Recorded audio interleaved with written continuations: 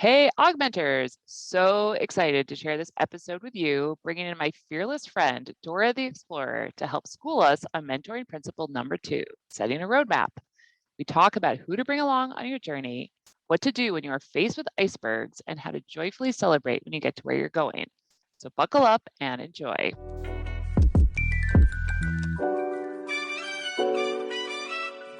So, Jimmy, after our conversation last week, thinking about our vision for mentoring, I know, we've talked a lot about how Bob Ross was this awesome idea and vision for mentoring. And then I think we thought about the next thing was once you kind of have your vision, like the question is, how do you get there? How do you get from point A to point B? And we were trying to think of people who have taken journeys. And you're identifying your mentor profile, like who do you need with you on your journey? So I had spent a good chunk of time, maybe about 2.5 years, watching a lot of Dora the Explorer. And I remembered that Dora just knew how to rock her map. So that's who I thought of for this. So the question is, this is really about identifying your mentor profile and setting your roadmap. What did you think? I know you maybe aren't as familiar with Dora as I am, so I'd love to hear your thoughts. I don't have 2.5 years. I have 2.5 hours, half of it on a stationary bicycle.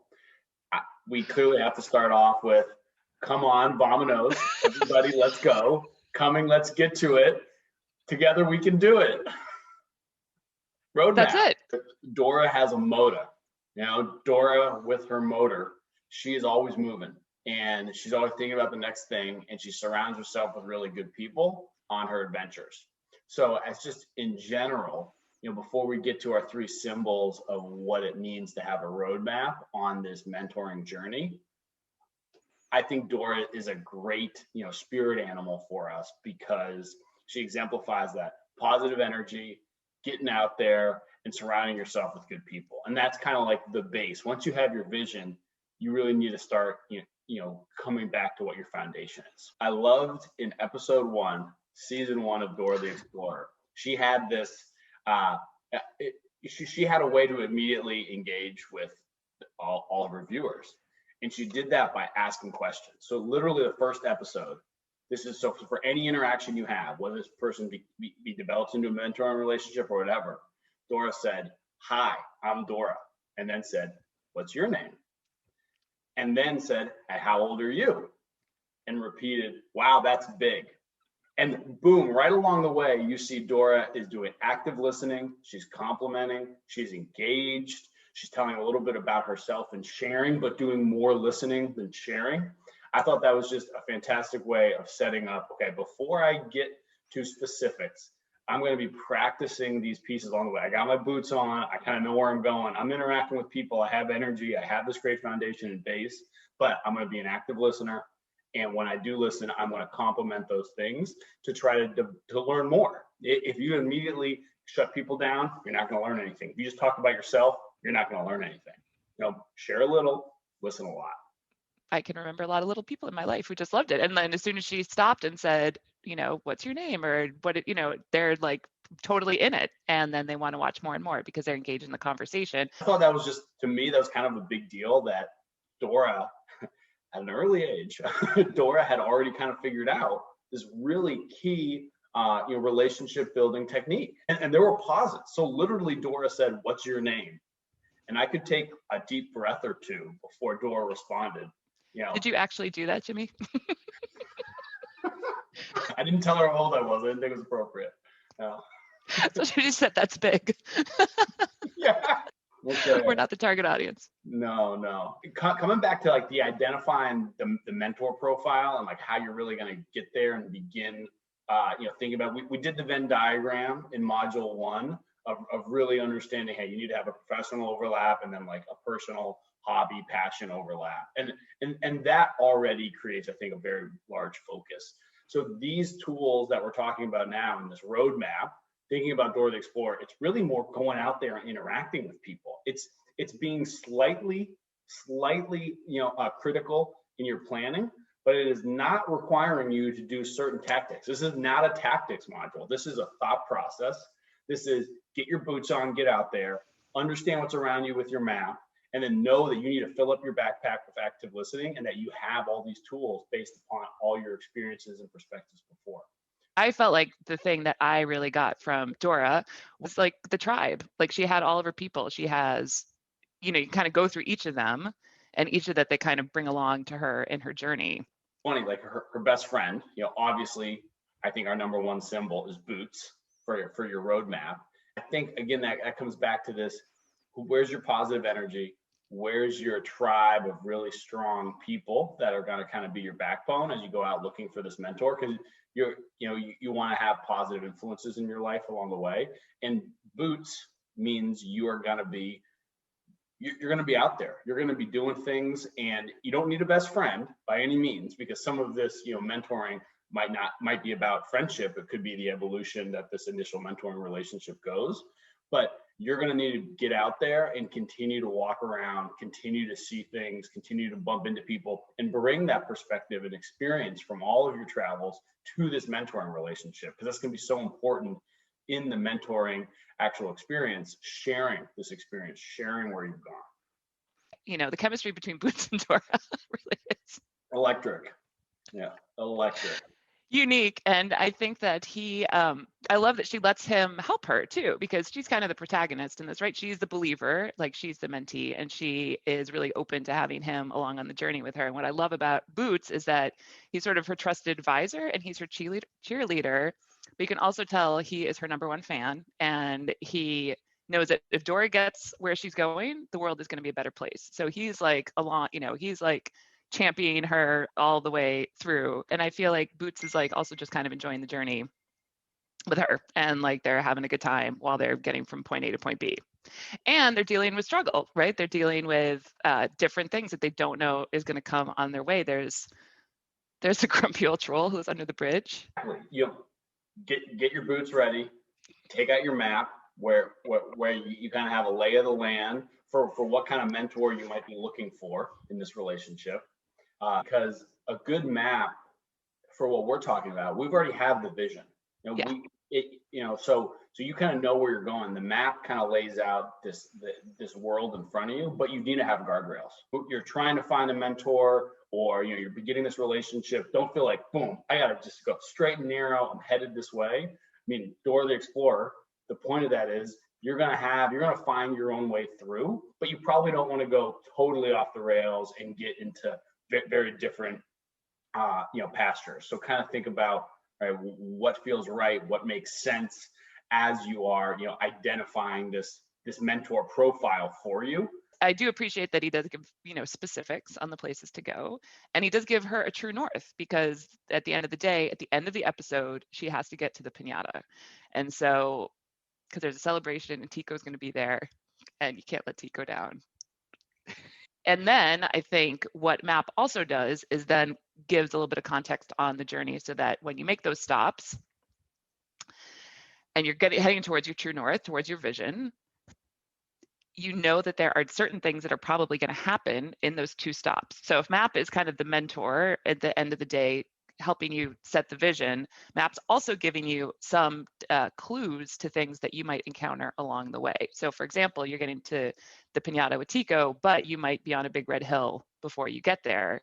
And then you might be on a, apple tree of some kind as well.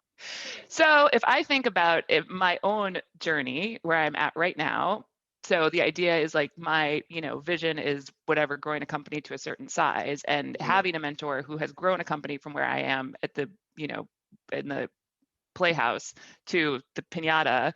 And if I know that there's the big red hill and then there's the apple tree, that was helpful for me, because then I have the context of those sort of, and they're not pitfalls. They're not bad things. They're just challenges you're going to have along the way. So I think then, once you got your boots on, you're out there, right? You've set your milestones, you kind of got your guardrails with your map of what kind of mentor you might be looking for in this mentoring relationship. Next, you got to have the backpack. I don't see how we don't have the backpack. That is, it's everything I need, I have inside. And to me, the backpack actually is, you got to keep learning along the way. So you can't ever fill up the backpack. And that's being always curious. we are on the same page, because I wrote down backpack is all the tools that you keep with you, your skills up until this point in life, and you may have way more resources than you even know. I think it's almost like the confidence in all the things that you have. And I think that the one thing that I think that always shines through in Dora is sort of this confidence and positivity and resourcefulness. You have all these things in your backpack and you can just pull them out, depending upon where you end up on your journey. If you're stopping at the, Big Red Hill, or if you're stopping at the apple tree, there's things that you're going to need your backpack that you didn't even know that you had. You've got to be out there. You've got to fill up that backpack being curious, but then realize, and I love your point of, well, you already have a lot in there. Don't discount it, and that you are building tools and skills and confidence in certain activities just by going out there and being curious and interacting with others, and you're going to pull those skills out later. And this makes me think of what you always talk about related to active listening. So I think the more that you're able to really listen to others, the more it's almost like these nuggets of information are what go in your backpack. So if you're busy talking about yourself, thinking about the next thing you're going to say, thinking about what you're going to, have for lunch, and you're not actually part of, or you're multitasking, whatever, you're missing those little nuggets, which are actually all the things that go into your backpack and those pieces of knowledge that you can pull out. I love how she kind of stops and is like, okay, what do I need? And that backpack like opens up and is like, here's your 5 different things that you could use for it. So I think just remembering to take that moment to kind of stop and think about like, okay, what do I actually need in this moment? What do I have? And you don't always have everything that you need. Then who else, is it Issa? Is it, is it the little bugs whose names I don't remember? Maybe they have the things as well. And then you grab who you need. But I think the elephant in the room though is Swiper. Oh, no. Swiper, no swiping. Yeah, we're not getting away from Swiper. Never really thought Swiper was very threatening, though. I think, I mean, he's a pretty lame villain. I thought it's a nice kind of reminder, like always have your eyes and ears open. But like, I actually kind of took it as when it said Swiper, no swiping, click on Swiper, so Swiper, no swiping. And to me, then it goes back to, you need to be active. You got to be out there engaging, filling up your backpack. You got to have your boots on. You can't be crushing social media just swiping. And right, it's like sort of being just passive and not being active. Kind of like all the distractions that get us in the way of our journey. It's kind of like these annoying things that show up and that kind of try to, I think what Swiper is just trying to do is try to get them to throw them off. He's not actively like trying to, destroy them or sabotage them. He's just trying to get what he wants and try to, kind of just distract them. So I love how they like acknowledge it. They're like, we see you, banana running up a hill, fox person. Like, we're like, we got you. We see you. And we're also like, and they have such positivity about it. They're like, all right, well, thanks for that info, Swiper. Like, we're moving on. Yeah. I know you just want attention, Swiper. That is social media. That is these distractions. They just want attention. They really, yes. They don't want anything from you but just attention. So if you can think of Swiper, no swiping, move on. Think about how you can go back to being an active listener, getting out there, knowing your guardrails.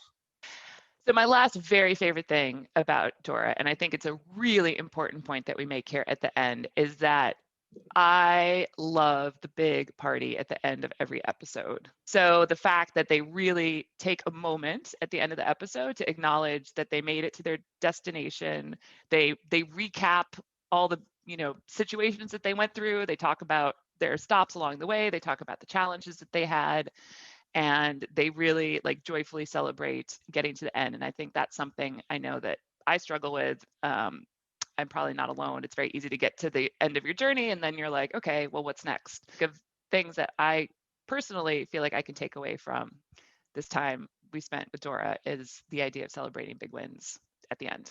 Because, our 3 symbols, I think, are so perfect about this roadmap phase on to find this mentor relationship. It is not about tactics. It is really about a state of mind and how you prime yourself to then go out and find the relationship.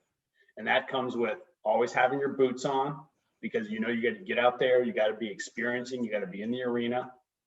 You have your map that is going to give you some guardrails. You can't go fully all over the place. So think about kind of, like we're going to stay within this lane.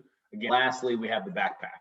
So you don't realize all the skills you already have along the way because you've already been out there, you've had your boots on. And you need to keep being an active listener and filling up your backpack with new experiences. And tools, exactly. And tools, and just keep learning and growing, because it's going to be something that you're going to be able to pull out somewhere along the way. Could be anywhere. You never know when you're going to need it. You never, ever know when you're going to need it. There's definitely chapstick at the bottom of that backpack.